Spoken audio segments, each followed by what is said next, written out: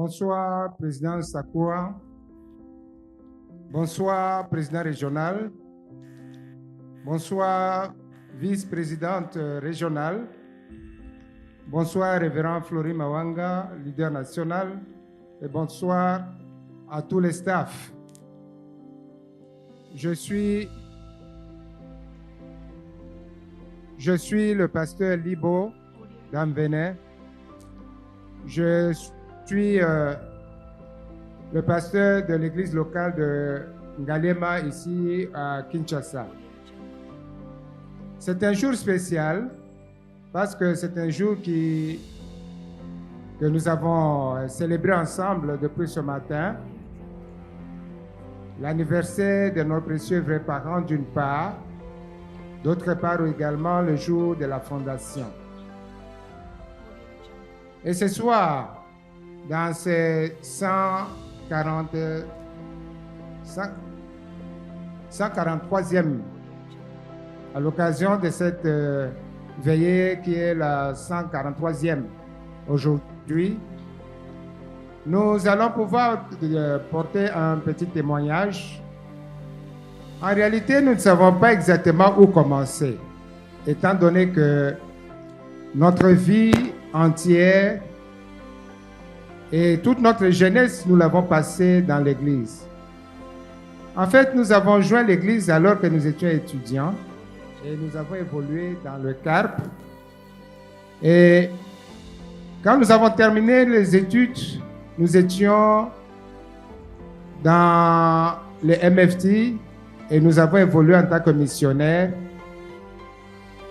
Et ayant évolué dans le centre, nous avons eu la grâce des vrais parents de recevoir la bénédiction en tant que 30 000 couples. Et aujourd'hui, nous avons pu devenir, grâce à nos vrais parents, nous faisons partie de la famille Tiombo. En tant que quelqu'un ou des personnes qui avons évolué dans les centres, lorsqu'en 1992, nous devions recevoir la bénédiction, nous avions reçu la grâce, nous avons eu la grâce d'être en Corée en ce moment-là, et nous avons reçu notre bénédiction en tant que 30 000 couples. Revenus à Kinshasa, on devait évoluer, nous avons évolué comme en fait au centre de formation, et c'est là où nous avons évolué pendant très longtemps, depuis 1993 d'ailleurs. Comme notre séparation était de 3 ans, nous avons eu la grâce, nous avons été choisis pour aller ouvrir une mission. C'était à Gbadolite, dans la ville natale de feu président Mobutu, qui était le second président du Zaïre à l'époque. Et c'est là où nous avons fait la mission. Mais en 1995, nous sommes retournés ici pour faire notre cérémonie de 3 jours et retourner là-bas. Et c'est à cette époque-là que les vrais parents devaient arriver ici au Zaïre à l'époque. Vous me permettrez de situer cela parce que c'est très important pour l'histoire. Et en ce moment-là, le révérend Kim, qui était le leader national au Zaïre à l'époque, nous a demandé d'attendre la visite du président, des vrais parents, parce qu'en ce moment-là, il était prévu que le président, les vrais parents arrivaient ici, le président Mobutu pouvait l'inviter ou les recevoir à Gbadolite ou alors les recevoir ici. Mais pour qu'il puisse être reçu à Gbadolite, il fallait que je puisse attendre le programme avant que je puisse aller préparer les membres à Gbadolite pour recevoir les vrais parents. Mais malheureusement, comme vous le savez, le programme n'avait pas marché. Elle n'avait pas été suivie comme il se devait. Alors, nous sommes restés ici et nous avons commencé notre vie de famille. Et le révérend Kim nous a dit de rester à Kinshasa. Et le révérend Kadima, qui était notre président régional, qui était le le pasteur dans la commune de Ngaliema était rappelé à l'église nationale et il fallait qu'il trouve un remplaçant et c'est moi qui devais prendre cette place-là. En fait, j'ai fait un petit recul pour que nous puissions comprendre un peu où nous avons commencé. Parce que c'est très important. Aujourd'hui, quand nous voyons nos enfants devant nous et également ceux-là qui ont suivi après nous, eh bien, la vie n'a pas été facile. Vivre au centre à l'époque, cela veut dire que nous n'avions rien pour nous-mêmes. Tout ce qu'on pouvait faire, c'était pour le but de l'ensemble. C'est comme ça qu'il a commencé la vie de famille. Nous n'avions pas, comme Jésus le disait, les oiseaux ont les nids, les renards ont les tanières, mais le Fils de l'homme n'a pas où reposer la tête. C'est exactement ce que nous avons vécu. Parce qu'il a commencé la vie de famille, après la cérémonie de 3 jours, nous avons été accueillis dans une famille, la famille de notre parent spirituel, et nous avons commencé notre vie de famille sur une natte. C'est sur la natte que nous avons commencé. C'est sur la natte que nous avons conçu notre premier enfant. Et si, en fait, nous sommes devant nos enfants, mais également des collègues, mais en réalité, si nous pouvions nous regarder, même sur les genoux, tout était devenu noir. Pourquoi? Parce que on ne pouvait rien sur la natte et vraiment, c'était souffrant. Mais c'est là où nous avons commencé. Dieu aidant, nous avons eu notre premier enfant, notre second a suivi, mais ils étaient très proches. Mais on n'avait pas le moyen qu'il fallait pour pouvoir ainsi entretenir la vie de famille. Mais comme nous le savons, que un mot d'ordre est quelque chose que le principe nous a appris à travers principe et guidance du révérend Han. Il dit que plainte et insatisfaction sont le poison pour ma personne spirituelle. Malgré toutes ces difficultés, on ne se plaignait pas. Et même nos membres de famille qui n'étaient pas de l'église, ils pensaient toujours, ils nous voyaient toujours gais. Même notre épouse, notre partenaire, dans la grossesse, je crois que les mamans savent ce que ça veut dire. La femme grosse a besoin de ceci, a besoin de cela, mais vous n'avez pas ce qu'il fallait. On ne savait même pas comment il fallait préparer la layette de l'enfant. Mais, tout de même, un mot et une compréhension que nous ne devons pas ignorer. Nous nous disons ceci et nous avons toujours gardé cette loi-là, que quand vous respectez le principe vous protège. Et quand vous obéissez au principe, le principe opérera des miracles pour vous. Et c'est comme ça que nous avons pu avoir des enfants et nous avons pu évoluer. Alors, arrivé vers les années 99, nous avons été notre leader national de l'époque, qui est le président Yap, nous avait demandé d'aller au centre, quitter là où nous louons pour aller au centre. Nous sommes allés au centre et la situation était difficile. Très, très, très difficile. Difficile pourquoi? Parce qu'à l'époque où il y avait une transition entre le président Kabila qui était assassiné, le président Joseph qui devait prendre ta place, et des guerres, tout ça, donc c'était pas facile. Mais c'est dans cette situation-là qu'on était au centre avec des membres et on se disait, bon, comment est-ce qu'on pouvait entretenir les membres? Nous nous sommes dit, non, la vie de nos membres est au-dessus de tout. Nous avions eu la chance en ce moment-là, en fait, le parent spirituel de notre épouse était au Japon. Quand il a appris qu'on était au centre et que la vie n'était pas facile, il nous a envoyé un peu d'argent. C'était à peu près, si je peux me rappeler, aux alentours de $100. On s'est dit, bon, notre fille qui est au centre, qui est béni, qui devrait aller auprès de son partenaire, qui n'avait rien. Qu'est-ce qu'on doit faire? Nous lui remettons cet argent-là et pour qu'il puisse se débrouiller afin de pouvoir rejoindre son partenaire. Et on est resté là, on s'est débrouillé, la maman a commencé à vendre du pain, mais difficilement.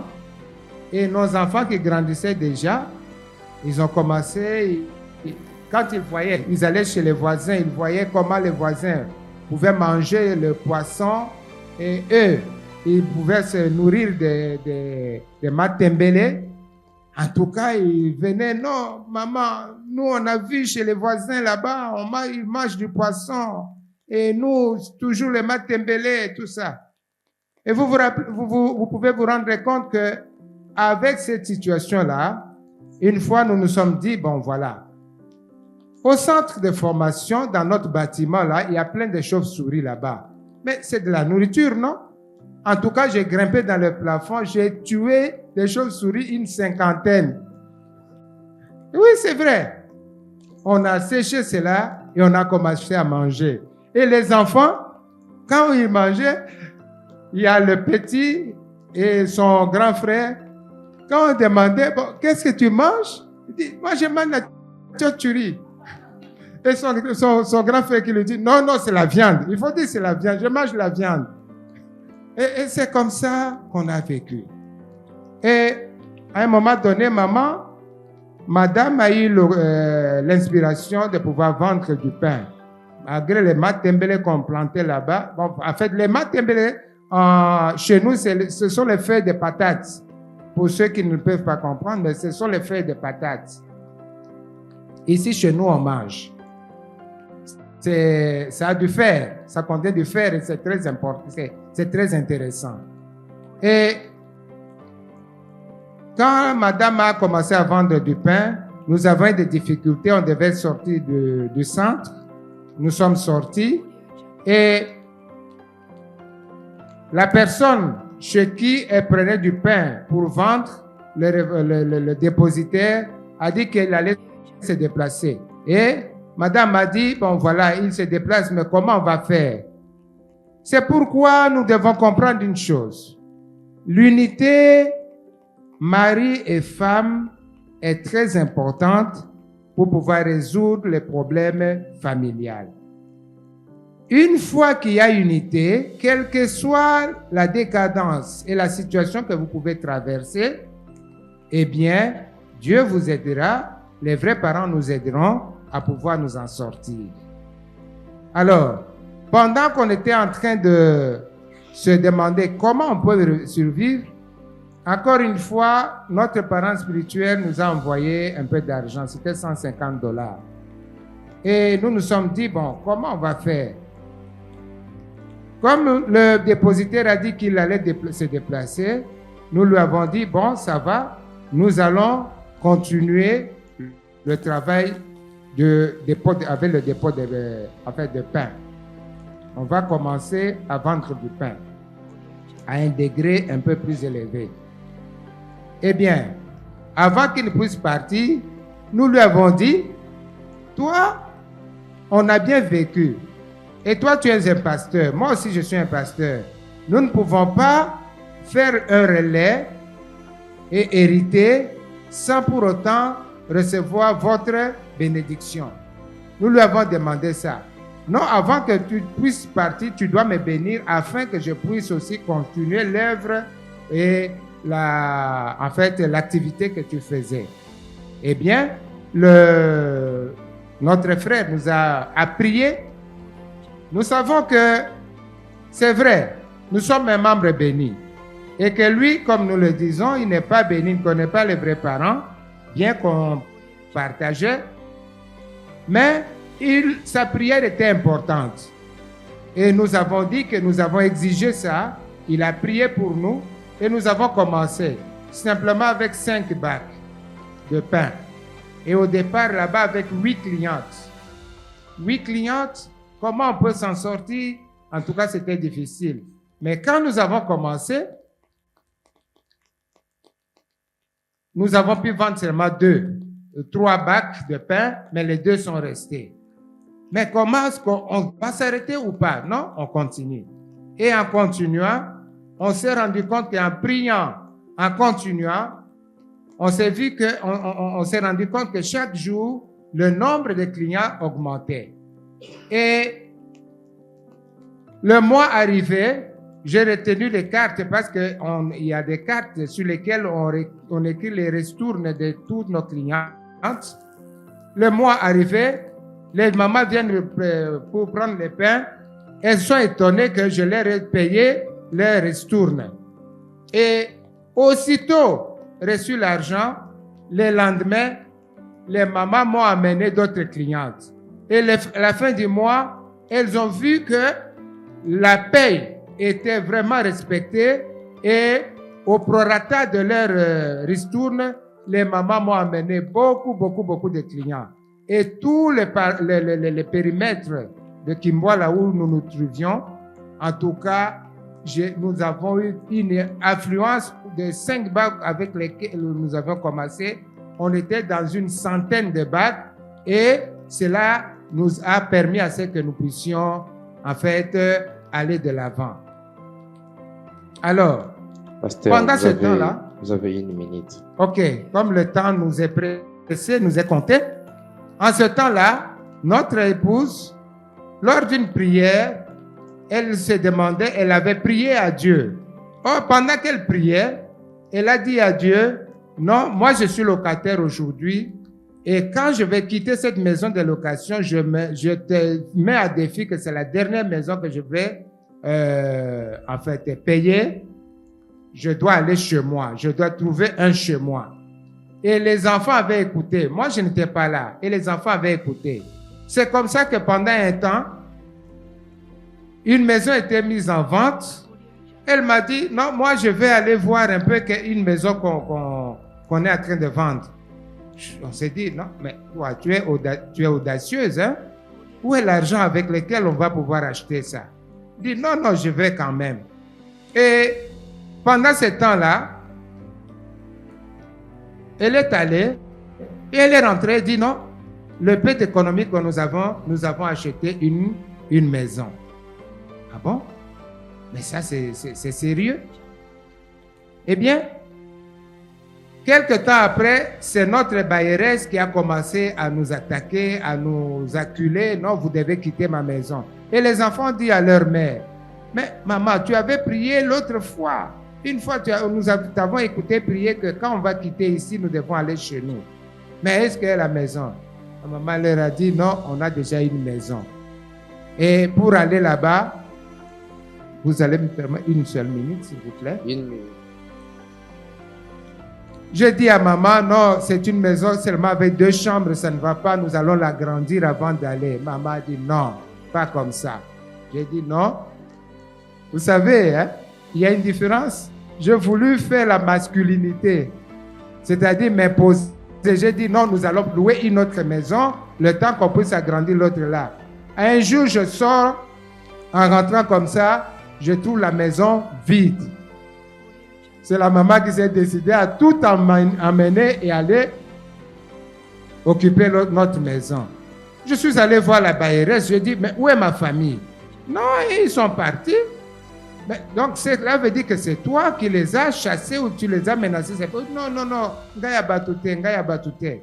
Alors, je suis allé les voir et la maman a dit non, on ne peut plus rester là-bas parce que la bailleresse nous a demandé de partir. Alors, nous devons partir. S'il y a des modifications à faire, on doit faire ça sur place. Donc, nous voyons que avec ça, nous avons eu un chez nous. Cela, grâce à l'unité homme-femme et parce que nous n'avons pas pu nous plaindre, bien que nous avions commencé sur la natte et maintenant nous avons un chez nous. Donc il y a peut-être beaucoup à dire, mais le temps étant exigeant, nous ne pouvons que nous arrêter ici en vous remerciant de votre attention. Merci beaucoup.